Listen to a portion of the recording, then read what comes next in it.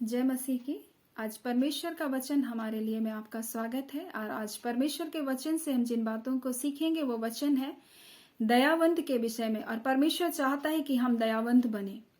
और परमेश्वर अपने वचन में इसलिए हमें दयावंत बनाना सिखा रहा है क्योंकि जिस समय में हम जी रहे हैं वर्तमान समय में वहां अंतिम समय है। और अंतिम समय में ऐसा लिखा हुआ है परमेश्वर का वचन में, अंतिम समय का अधर्म और अंतिम समय में लोग दया रहित हो जाएंगे, क्षमा रहित हो जाएंगे, माया रहित हो जाएंगे और नाना प्रकार के कुकर्मों में अपने जीवन को क्या करेंगे, व्यतीत करेंगे। और वो अपने जीवन से लोगों पर तरस खाना, लोगों पर दया करना वो क्या करेंगे, भूल जाएंगे। लेकिन परमेश्वर अपने अपने प्रारंभ की सेवा में पहाड़ी उपदेश में इस बात को सिखा चुका है। हम लोग जो मत्ती 5 उसका 7 में हम लोग देखते हैं, जिसमें यीशु मसीह ने ये कहा कि धन्य है वे जो दयावंत हैं क्योंकि उन पर क्या किया जाएगा, दया किया जाएगा। और परमेश्वर का वचन हमें ये सिखा रहा है कि हमको दयावंत बनना है। क्यों हमें दयावंत बनना है? याकूब उसका 2 उसका 13 में इस प्रकार से लिखा है, क्योंकि जिसने दया नहीं किया है उसका न्याय भी बिना दया के किया जाएगा, क्योंकि दया न्याय के ऊपर जयवंत होता है। और परमेश्वर जानता है कि हम सबको एक दिन न्याय के सिंहासन के समीप खड़ा होना है। इसका वृतांत हम लोग देखते हैं मत्ती उसका 25-31 में इस प्रकार से लिखा है, न्याय का दिन करके वहां पर लिखा हुआ है। और न्याय के दिन में ऐसा लिखा है कि सारी जातियां उस सिंहासन के समीप में खड़ी होंगी। तब परमेश्वर वहां पर भेड़ों को और बकरियों को अलग करेगा। और भेड़ और बकरी कौन है? भेड़ वे हैं जो परमेश्वर की आवाज को सुनते हैं, परमेश्वर की बात को सुनते हैं। और बकरियां वो जो परमेश्वर की आवाज और परमेश्वर की बातों को नहीं सुनने वाले लोग हैं। और परमेश्वर इस प्रकार से उन लोगों को अलग करेगा। और दाहिनी ओर वाले भेड़ों को क्या कहेगा? परमेश्वर के क्या है, धन्य लोगों बोल करके परमेश्वर उनको संबोधित करेगा। और बाईं ओर लोगों को, बकरियों को क्या बोल के, हे शापित लोगों करके उनको संबोधित करेगा।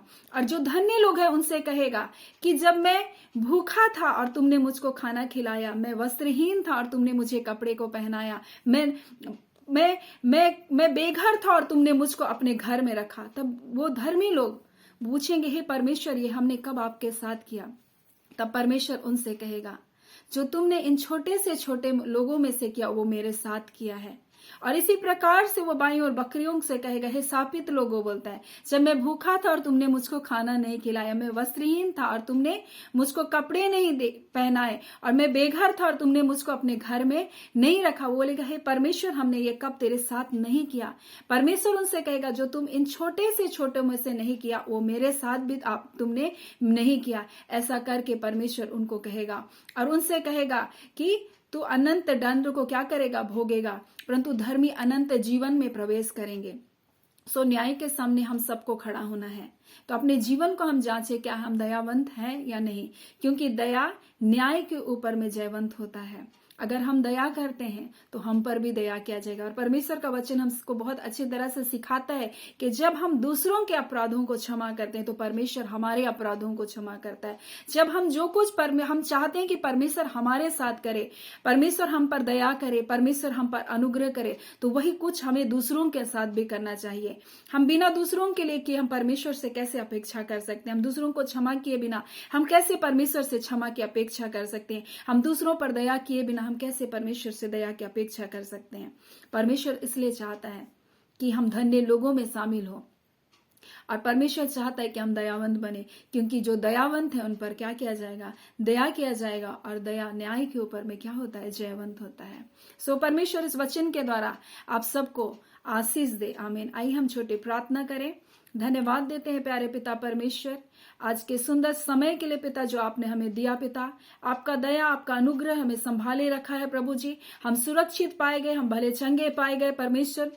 और पिता आज आपके वचन से परमेश्वर प्रभु जी आपने हमें परिपूर्ण किया। पिता आपने हमें आत्मिक भोजन को दिया परमेश्वर। इस आत्मिक भोजन के लिए पिता हम आपका धन्यवाद देते हैं प्रभु। आपने हमें न्याय के दिन के लिए परमेश्वर तैयारी का जीवन दे रहे हैं प्रभु, हम आपका धन्यवाद देते हैं। आप जल्द परमेश्वर इस पृथ्वी का न्याय करने को आने वाले हैं परमेश्वर, और हर एक के कामों का आप लेखा लेंगे खुदावन। हे पिता परमेश्वर प्रभु जी, और हम आपके इच्छा के अनुसार इस पृथ्वी में अपने जीवन को चलने पाए। पिता आज नाना प्रकार की बातें लोगों के के जीवन में है प्रभु जी। हाँ खुदावन, लोग परमेश्वर प्रभु लोगों के साथ बुरा कर रहे हैं और वो टूट गए प्रभु जी, परंतु परमेश्वर आपका वचन कहता है बुराई से ना हारो परंतु भलाई से तुम बुराई को जीत लो खुदावन। आप कहते हैं परमेश्वर जो तुम पर दया नहीं करता उन पर भी तुम दया करो खुदावन, जो तुम्हें क्षमा नहीं करता ऐसे लोगों के लिए भी तुम क्षमा करो। हाँ पिता, आपने कहा अपने शत्रुओं के लिए भी तुम प्रार्थना करो परमेश्वर पिता।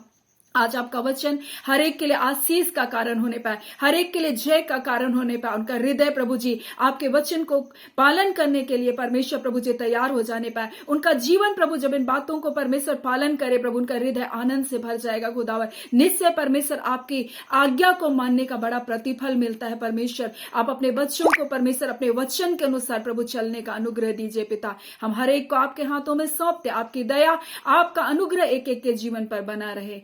प्रार्थना पिता आपके बेटे हमारे प्यारे यीशु के नाम से मांग लेते हैं, आमीन। परमेश्वर आप सबको बहुत ऐसे आशीष दे, आमीन।